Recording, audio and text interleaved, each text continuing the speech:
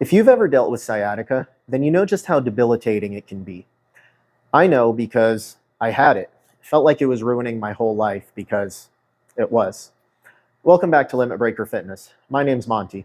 I've got a background in human physiology, and today I'm going to show you how to fix your sciatica, specifically if it's being caused by long piriformis syndrome. So let's get into it. Now, before we can figure out how to solve it, let's ask ourselves what long piriformis syndrome is. Our sciatic nerve starts in the L4 vertebra, and it runs all the way down from the low back, down the back of the leg here, all the way to the heel. Now, as it's running all the way down, there's a muscle known as the piriformis that's located right just below our butt.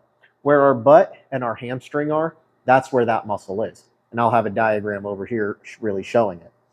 Now, the thing with this muscle is that it runs right over the sciatic nerve. And so sometimes it puts pressure on the nerve, and that's what causes our sciatica. It squeezes the nerve, it really compresses it in there, and that's what causes the pain, the numbness, the tingling, the lack of motor function. And if you're dealing with this, I don't have to explain it to you. You know just how bad it can be. Now, the thing is, the piriformis isn't always going to be squeezing the nerve in the same way. It can either be really tight on the nerve or it can be really stretched out. But in both cases, it's going to put compression on the nerve. But the treatment plan is going to depend on what the piriformis is doing.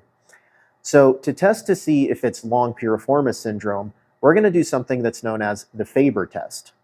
So to do this, all we're going to do is lay on our back, and then we're going to take our good leg to start and cross it over and then just let it hang there.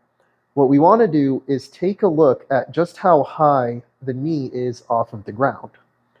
Then we're going to go ahead and go over to the bad leg. We're going to switch over and see just how high the knee off the ground is. Now you see in this case, this knee is way higher up. Let me switch again. See where this one's at down here? See where this one's at up here? It doesn't just hang loosely. I'll be honest with you, I'm kind of just doing that on purpose to illustrate a visual. But it didn't always hang down below. It actually was up here before, because long piriformis syndrome is what I was dealing with. And it's really great that we can figure it out with just such a simple test. Because if that's the case, all we really have to do is work on opening the hip in the bad leg and then working on strengthening the piriformis in that position, which means we only really need to do two things, a stretch and an exercise. So what we're going to want to do is called a hip shift. We're going to get up, one knee on the ground. This knee, hip, and shoulder need to all be directly in line. We're going to take this leg, open it all the way up as far as we can. Now I'm going to squeeze the glute to take that leg back, and then I'm going to come over to the side here.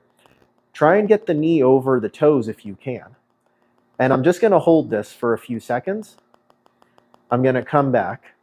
Then I'm going to rotate the leg in, then back out, squeezing that glute, and coming forward. Or coming to the side, I should say. I'm going to do this a total of 5 times. I'm not actually going to do it a total of 5 times in this video because you don't want to be watching me for 4 hours. Although if you do, great, thanks. Give me a like. Now after we do that hip shift stretch, we're going to get back down to the ground and do the Faber test again. Remember, we always want to test and then retest. So start with the good leg, see where it's at, and now go to the bad leg. Well, what do you know? Now they're even. This tells me that the hip shift has worked. So that's a good thing. Now we have our hips more balanced. Now that the hips are more balanced, we can work on strengthening that piriformis in this new position.